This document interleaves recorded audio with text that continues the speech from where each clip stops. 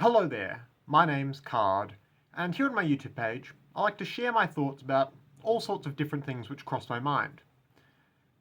How many of you remember Thomas Ridgewell's asdfmovie series? I figure if you clicked on this video, you probably do, at least to some extent. Well, today, I just want to share some recent thoughts I had about it. Because, like many people around my age, I remember watching it growing up. And every year or two now, I go back and rewatch at least a few of them for old time's sake. I did this recently, and I came to something of a realization. See, asdfmovie was this absurdist, short-form animated comedy series here on YouTube that once upon a time was truly iconic in its own way.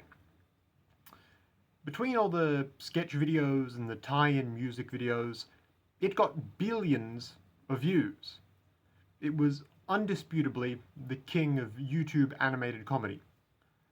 And if you knew about it growing up, there was probably a time where you could recite large chunks of it word for word.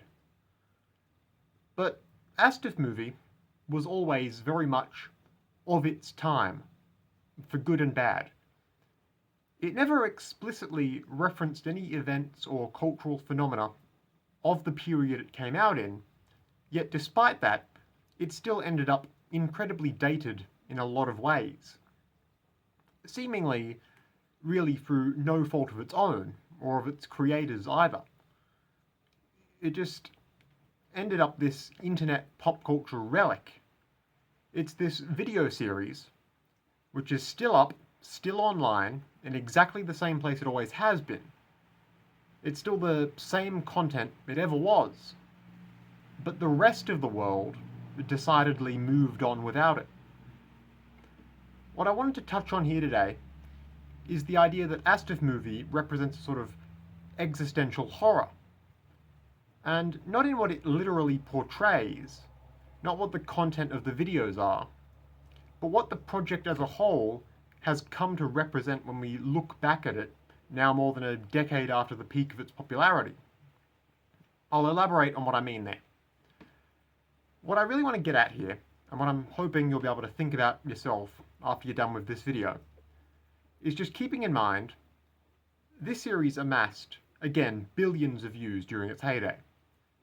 Not all of those would be unique viewers, of course, but still, it would certainly be fair to say, without any exaggeration, that a properly sizable chunk of the world's population saw these animated shorts.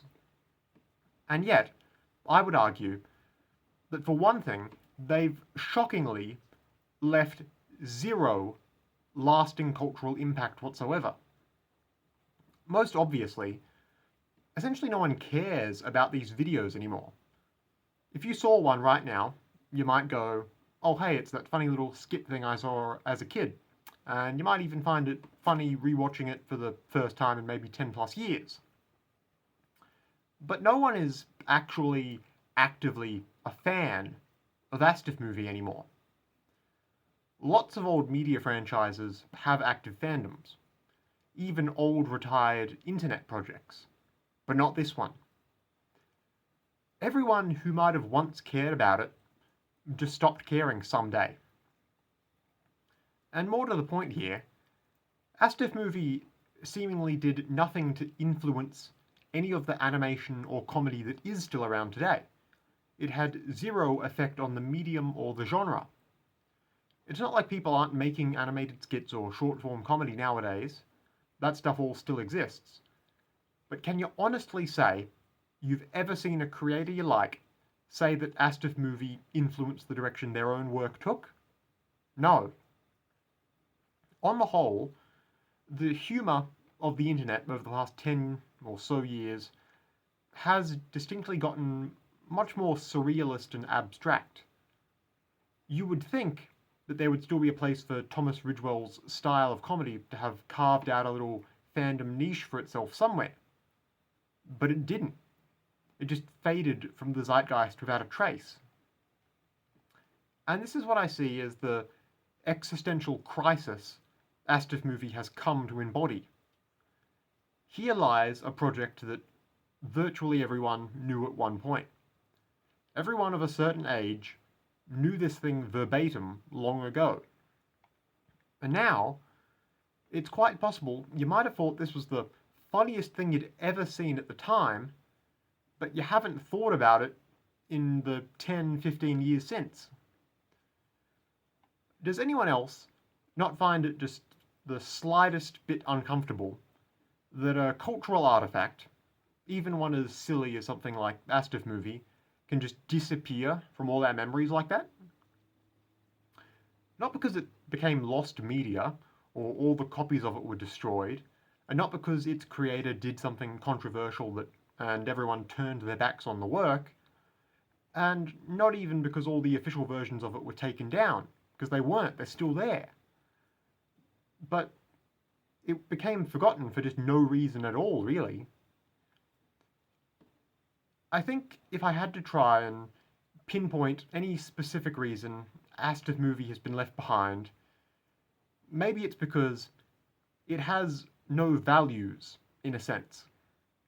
There is no trait or message or human quality that asdfmovie as an artistic product holds up and says this is good or this is bad about.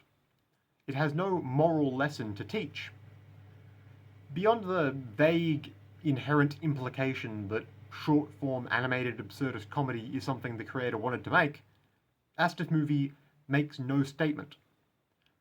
It's practically about as close to a truly apolitical creative thing anyone could ever make. Anyway, it's just all interesting to ponder, I reckon.